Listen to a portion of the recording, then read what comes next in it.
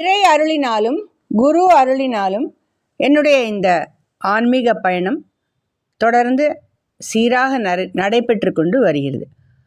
இன்னித்து பதிவில் இன்னொரு மகான், அவர் வடநாட்டை சேர்ந்தவர், அவரை பற்றி பார்க்கலாம். ஹரியானா அப்படிங்கிற ஒரு தேசத்தில், வடநாட்டில் இருக்குது ஹரியானாங்கிற இடம். அந்த இடத்துல ராஜேந்தர் அப்படின்னு பேருடைய ஒருவர் அவதரிக்கிறார். 1938 வருஷம். இவருக்கு பிறந்து கொஞ்சம் வருஷத்துலேயே ஒரு தேடல் ஆரம்பிக்கிறது. என்ன தேடின்னு இருக்கார் அப்படிங்கிறது தெரியாது, ஆனால் ஒரு தேடல். படிப்பு ஒரு பக்கம் போயின்னு இருக்கு, ஆனால் தேடல் தீவிரமாக இருந்ததுனால அவர் அடிக்கடி சர்ச்சுக்கு போகிறது, குருத்வாராவுக்கு போகிறது, கோவில்களுக்கெல்லாம் போகிறது. அதுக்கப்புறம் ஹிமாலயாஸ்க்கே போயிட்டு கொஞ்சம் வருஷம் இருந்துட்டு திரும்பி வரார். வீட்டில் அதுக்குள்ளேயே ஒரு மெட்ரிகுலேஷன் பாஸ் பண்ணினோடனே இவருக்கு திருமணம் பண்ணி வச்சுடுறா. ஆனால் அவர் தேடல் அவரை வேறு வேறு இடத்துக்கு கூட்டின்னு போனதுனால திருமண வாழ்க்கையை அவர் தொடர்ந்து நடத்துறதில்ல. மெடிடேஷன் அப்படின்னு சொல்லிட்டு அதை ஆரம்பிக்கிறார். 40வது நாளில் அவர் மெடிடேஷன் தொடங்கி 40வது நாளில் அவருக்கு ஒரு விசித்திரமான ஒரு சம்பவம் நடக்கிறது.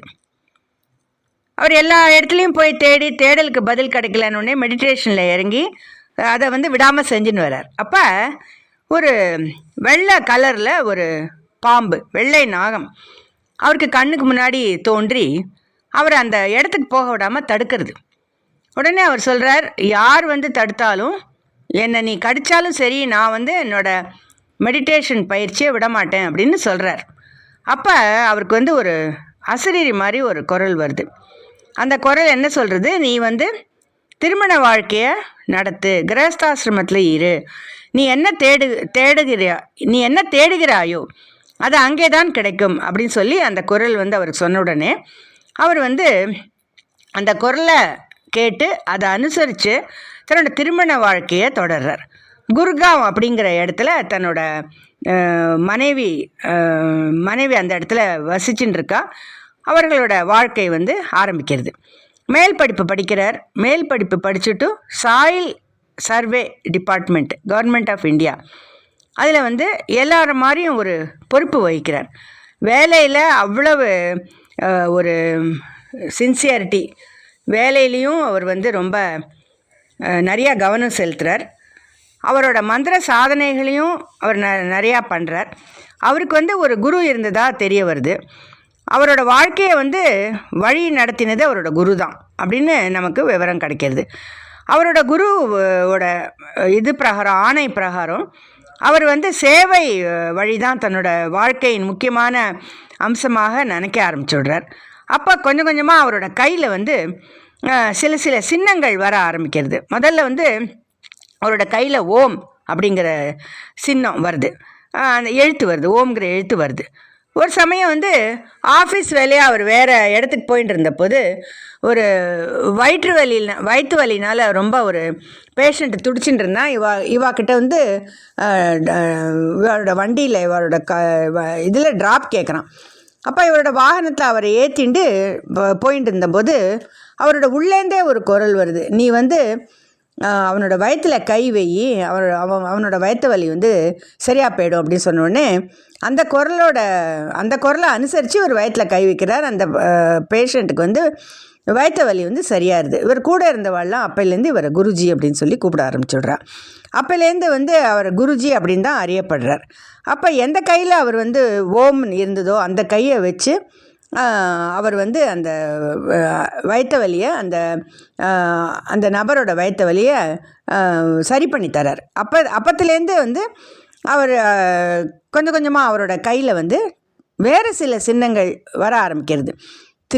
திரிசூலம், அதுக்கப்புறம் டமரு, அப்புறம் சிவலிங்கம், அப்புறம் நந்தி, அதுக்கப்புறம் கங்கை நதி, அதுக்கப்புறம் சக்கரங்கள், இந்த மாதிரி எல்லாருமே இதெல்லாம் அவரோட சிஷ்யர்கள்லாம் பார்த்து எல்லா தேவதைகளையும் இவரோட கையில் வசிக்கிறாளா அப்படின்னு சொல்லி அவளுக்கெல்லாம் வந்து ஒரு பெரிய அளவில் ஒரு விசித்திரமான ஒரு கேள்விகள் வர ஆரம்பிச்சுடுத்து. அவருடைய சீடர்கள்லாம் நேராக வந்து இதெல்லாம் பார்த்துருக்கா. அந்த சீடர்களோட வர்ணனைகள், அவரோட என்னெல்லாம் அவர்களுடைய அனுபவங்கள்லாம் என்ன அப்படிங்கிறதெல்லாம் நம்ம வந்து இப்போ விரிவாக பார்க்கலாம். அதுக்கப்புறமா வந்து அவர் வாழ்க்கையில் அவரோட பணி வந்து சேவை அப்படிங்கிறத அவர் தீர்மானிச்சுட்டு அவரோட குருவை வந்து இந்த மாதிரி தான் அவர் வாழ்க்கை நடத்தணும்னு சொன்னதுனால வீட்டிலையே வந்து சேவை செய்ய ஆரம்பிச்சு விடுறார். ஆனால் இவரோட பணி வந்து எல்லாருடைய தொல்லைகள்லேருந்து எல்லாருக்கும் விடுதலை கிடைக்கிறதுனால இவரை பார்க்கறதுக்கு ரொம்ப ஜாஸ்தி வந்து கூட்டம் ஆரம்பிச்சுடுறது, வரத்துக்கு ஆரம்பிச்சுடுறது. முதல்ல 100 பேர், அப்புறம் 1000 பேர், அப்புறம் ஒரு சமயத்தில் 50,000 60,000 பேர் ஒரு கிலோமீட்டர் வரைக்கும் வந்து க்யூ நிற்க ஆரம்பித்த உடனே இவர் வந்து வாரத்துக்கு ஒரு முறை தரிசனம் கொடுக்குறார். கார்த்தால் எவ்வளோ சீக்கிரம் எழுந்துக்க முடியுமோ அன்றைக்கி நாள் முழுக்க அந்த பக்தர்களோடு இருந்து ஒன்றும் சாப்பிடாம அடுத்த நாள் வரைக்கும் முழித்து எல்லாருடைய தொல்லைகளையும் எல்லாருடைய கஷ்டங்களையும் அவர் நிவர்த்தி செய்கிறார் அப்படின்னு நமக்கு அந்த மாதிரியான தகவல்கள் நமக்கு கிடைக்கிறது. ஆனால் அவர் வந்து நம்மளை மாதிரி தான் வாழ்ந்து நமக்கு நடுவில் இன்னொரு ஒரு நபராக தான் அவர் வாழ்ந்த மாதிரி நமக்கு விவரங்கள் கிடைக்கின்றன. ஆனால் அவர் என்ன சொல்கிறார், எப்போவுமே நான் எதுவுமே செய்யலை, என்னுடைய குரு தான் வந்து எல்லாமே என் மூலமாக நடத்திக்கிறார் அப்படிங்கிற மாதிரி அவ்வளவு பணிவுடன் அவர் வந்து வாழ்ந்தார் அப்படிங்கிறது நமக்கு தெரிய வருது. 1991 இவரோட சமாதி ஆறுது. ஆனால் இவர் வந்து தன்னோட குருவின் ஆக்ஞை பிரகாரம் அவர் எல்லாருடைய கஷ்டங்களையும் நிவர்த்தி பண்ணுறதோடு இல்லாமல் நிறையா சிஷ்யர்களையும் அந்த மாதிரி தன்னுடைய சக்தியை கொடுத்து அவர்களையும் வந்து இந்த மார்க்கத்தில் கொண்டு வந்திருக்கார். அது ரொம்ப குறிப்பிடத்தக்கது. எல்லா குருவுமே சீடர்களை தான் உருவாக்குவார், ஆனால் இவர் குருமார்களை உருவாக்கியிருக்கார்.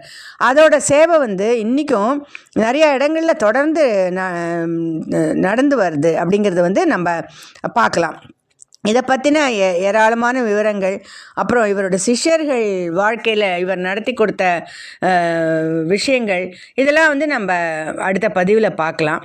நம்ம ஏற்கனவே வந்து நிறையா மகான்களோட விவரங்களை பார்த்துருக்கோம், அவளோட சம்பவங்கள் எல்லாம் கேள்விப்பட்டிருக்கோம்.